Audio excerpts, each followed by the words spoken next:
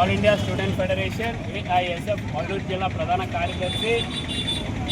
ఎంతోమంది పేద విద్యార్థులు మోహన్ బాబు యూనివర్సిటీలో చదువుతున్నారు.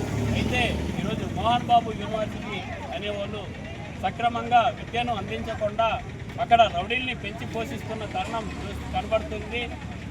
అధిక ఫీజులు వసూలు చేస్తున్నారని విద్యార్థులు దాన్ని తగ్గించాలని అడిగితే తప్పుగా భావించుకుంటూ ఆ యూనివర్సిటీ వాళ్ళు రౌడీల చేత విద్యార్థి నాయకుల్ని కిడ్నాప్ చేయించి భయభ్రాంతులకు గురి చేయడం ఎంతవరకు కరెక్ట్ అని ఈరోజు అల్లూరు జిల్లా ఏఐఎస్ఎఫ్ ఎస్ఎఫ్ఐ నాయకులుగా మేము ఆ యూనివర్సిటీ యాజమాన్యాన్ని మేము ప్రశ్నిస్తున్నాం.